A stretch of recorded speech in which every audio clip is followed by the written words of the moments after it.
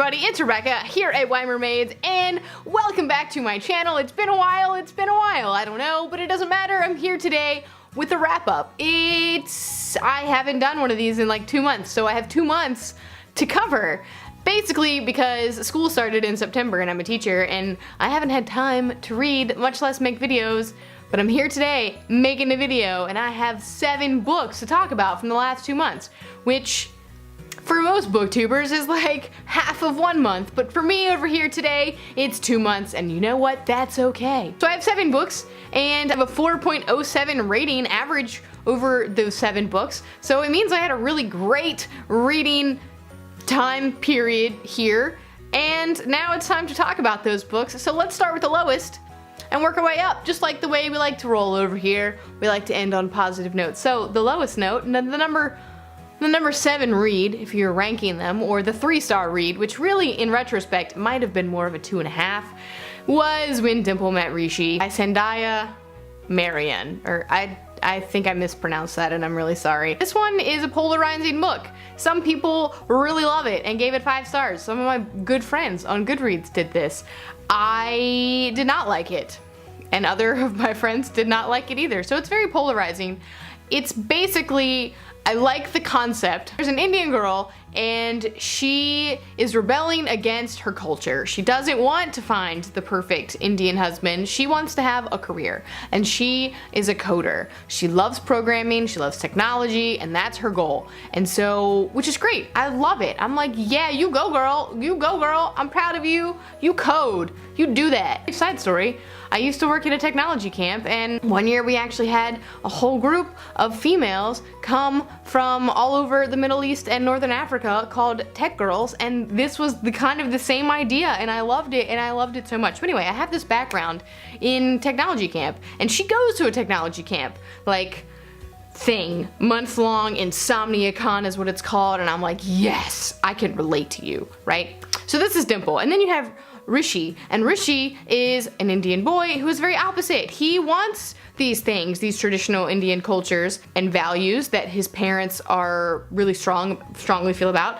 and so basically it's an arranged marriage between the two of them, and she's not having it and he is, and it's this whole thing. Sounds great. There's technology camp, there's Indian characters, there's going against the norms and whatnot, because by the way, Rishi actually he wants to follow his own footsteps and not his father's, but he's afraid of letting him down, and I was like, yes. But then it just fell apart 100%. It was like insta-lovey, and there were contradictory things in their personalities that just didn't make sense. The story was kind of all over the place, and this great, brilliant technology thing I was so excited about just didn't even happen. It was barely mentioned. There was more time spent on a talent show than there was on coding.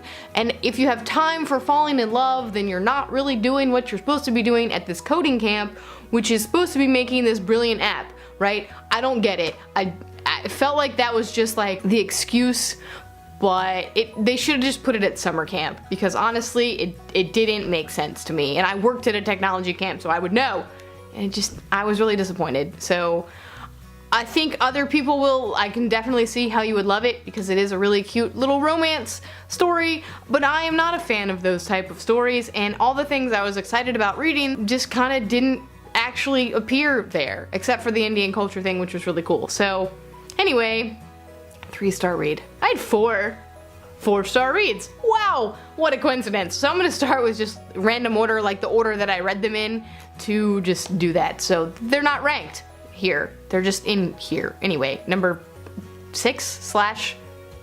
I don't even know. I can't add. I'm an English teacher, not a math teacher. 3. It would be 3, not 4. Alright, so the first one is The Girl Who Circumnavigated Fairyland in a Ship of Her Own Making by Catherynne and Valente. Whew, that is a mouthful. Anyway, this is a really good, cute fairyland story. I don't know how to... That didn't come out the way I wanted it to come out. But anyway, I learned about this book from Marinez over at My Name is Marinez, because she talks about it a lot and raves about it, and so I was like, if she liked it, I'm gonna read it, because I tend to trust her opinion, and I did. I really liked it. Parts of it were really slow for me.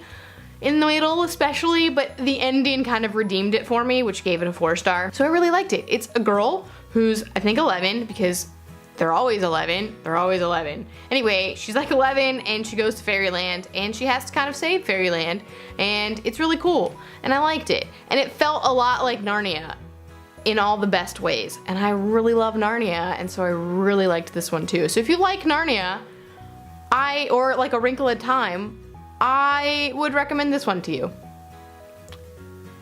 It's good.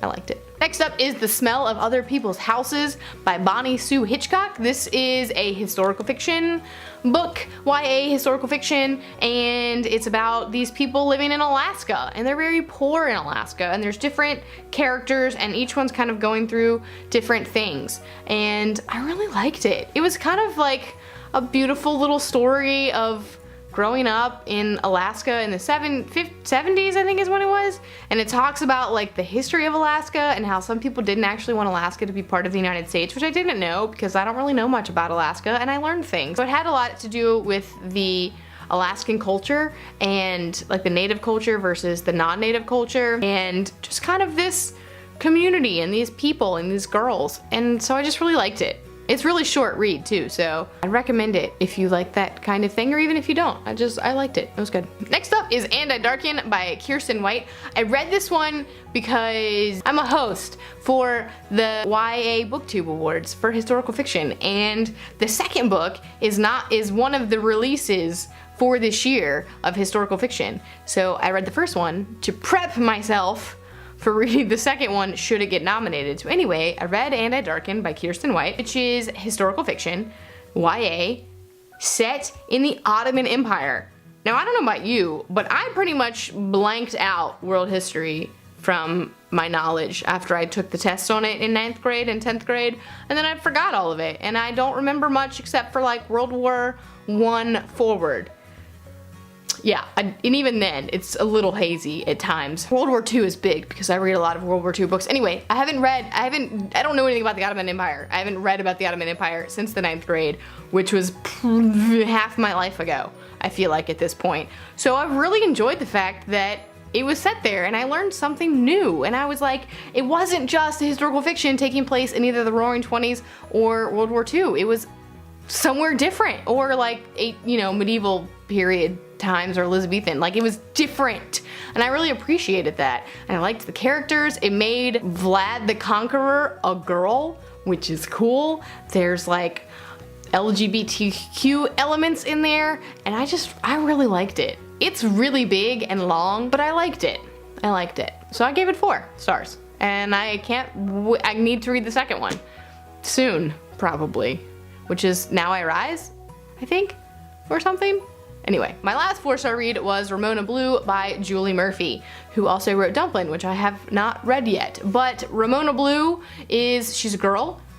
Ramona, that's her name, and she has blue hair. That's why they call her Ramona Blue. She is living in the South after Katrina. So like Katrina devastated her hometown. And so she lives in a trailer park with her family, which is like getting too large for this trailer, and she is trying to like work jobs and trying to figure out her future. She's a senior in high school, and she's also gay. It's kind of just her story of the summer, or longer than the summer. It's like a year, and just who she is and how she's growing up, and she ends up falling in love with a boy, and so she's questioning things, but it is not about that. It just turns out that she's questioning who she is. Not that she is not gay, but that she is bi, and she doesn't know that at the time, and so she's discovering that about herself, and it's really a really nice story. It's not like, there's a lot of controversy around this story that I didn't really think should be there.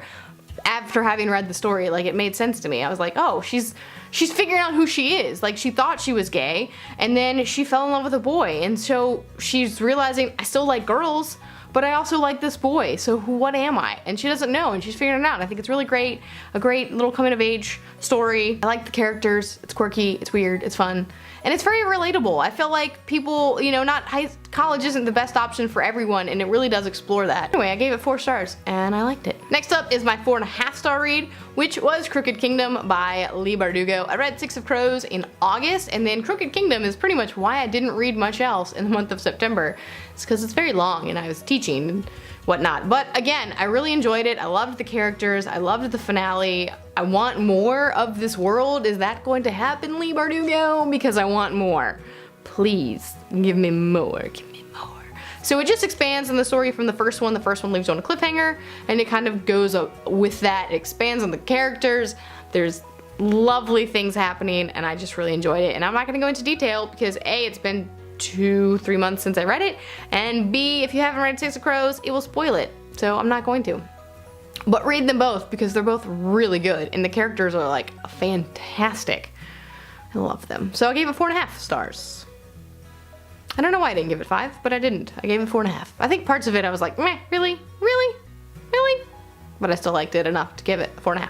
And finally, my last read of this 2-month time period thing, and my highest rated read, which was a 5-star, my only 5-star in a while actually, and it was Eliza and Her Monster by Francesca Zappia. I wholeheartedly loved this book. Part of it is because I just came off reading When Dimple Met Rishi, which I obviously didn't really love, and then I was like, I don't know if I want more YA contemporary, but I read it and I absolutely adored it. Like oh my god, it was so good. So Eliza is a comic book artist, and she has this like insanely successful comic that she draws online, and like millions of people read this comic, but she is anonymous about it and no one knows except like her family, and that's it.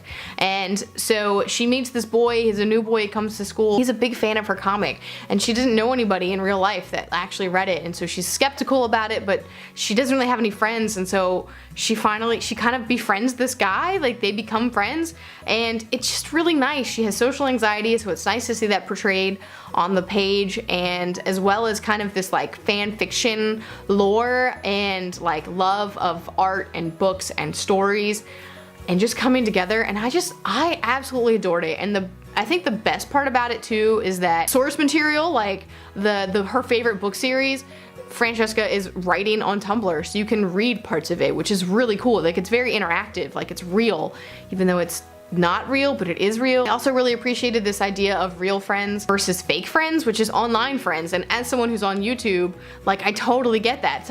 I have really good friends online, and people are like, they're not friends in real life, but they are, because I know you.